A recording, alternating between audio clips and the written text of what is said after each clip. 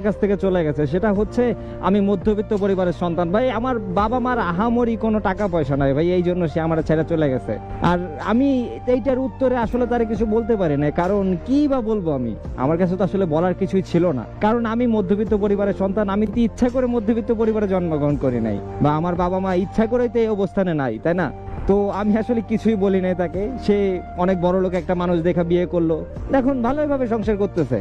তো এখন আমি জাস্ট কিছু কথা বলতে চাই, সেটা হচ্ছে যারা লোভের কারণে ভালোবাসার মানুষটাকে ছেড়ে চলে যায়, এরা কিন্তু কখনো সুখে হইতে পারে না। দিন শেষে তারাও তাদের বিচারটা পাবে। আর একটা জিনিস যদি মানেন, সেটা হচ্ছে মধ্যবিত্ত পরিবারের সন্তান হয়ে জন্মগ্রহণ করাটা কিন্তু আসলে অনেক বড় কষ্টকর একটা জিনিস, অনেক বড় একটা স্যাক্রিফাইসের জায়গা। আসলে সবাই জিনিসটা বুঝতে পারে না, সবাই বুঝবেও না। ব্যাপারটা হইতেছে মধ্যবিত্ত পরিবারের সন্তানদের আসলে সবকিছু কিন্তু চাইতে নাই, এরা কিন্তু ভালোবাসাটাও পায় না যতটা মনে করা হয়। মধ্যবিত্ত পরিবারের সন্তানের সবকিছুর প্রতি একটা লিমিটেশন থাকে, একটা বাধ্যবাধকতা, যে এর নিয়মের বাইরে এসে যাইতে পারবে না।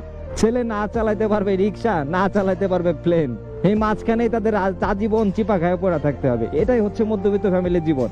ভালোবাসার মানুষটার ফ্যামিলির কাছে গেলে, তখন ফ্যামিলির ব্যাকগ্রাউন্ড হিসাবে যখনই দেখে মিডিল ক্লাস, তখন আর কিছু বলে না, তখন বলে চাকরি নাই, ছেলে বেকার।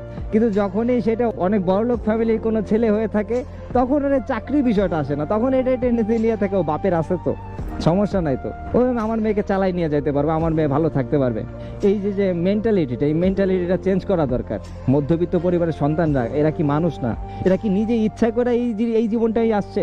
কেউই তো নিজে ইচ্ছা করে আসে না এই জীবনে। মধ্যবিত্ত পরিবারের সন্তানগুলোর স্যাক্রিফাইসের গল্প আসলে কেউ শুনতে চায় না।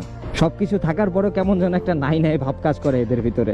আছে কিন্তু খরচ করতে পারবে না আহামর, আছে মোটামুটি যা আছে চালাই খাইতে পারবে, চলতে পারবে, কিন্তু আহামরি যে ওই যে থাকে না, যে অতিরিক্ত খরচ করে চলবে, ঠিক আছে, পাং পুং মারবে, এই জিনিসগুলো না মধ্যবিত্ত পরিবারের সন্তানগুলো দিয়ে হয় না। এরা সেটা পারে না, আর এরা কোনোদিন এটা পারবেও না। মধ্যবিত্ত পরিবারের একটা সন্তান যতটা স্যাক্রিফাইস করে, আমার মনে হয় না আর কেউ এই স্যাক্রিফাইসটুকু করে, কারণ এদের কাছে আছে তো, বাট খরচ করতে পারবে না।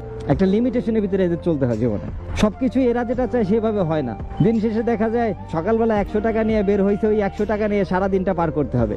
গার্লফ্রেন্ডের সাথে দেখা করতে হবে, কোথাও যায় বসতে হবে, ভাই ব্রাদারের সাথে থাকতে হবে, সবকিছু ওই এই 100 টাকার ভিতরে কেমন যেন তাদের মেনটেন করতে হবে। তাদের জীবনটা এরকম, ওই এক প্রকার আমরা যেটা বলতে পারি যে দিন আনে দিন খাই, এই টাইপে হচ্ছে মিডিল ক্লাস। আমাদের এই মধ্যবিত্ত পরিবারের সন্তানের জন্য কিন্তু আসলে ভালোবাসা না, আমাদের জন্য কোনো প্রেম প্রীতি এইসব কোনো কিছু না।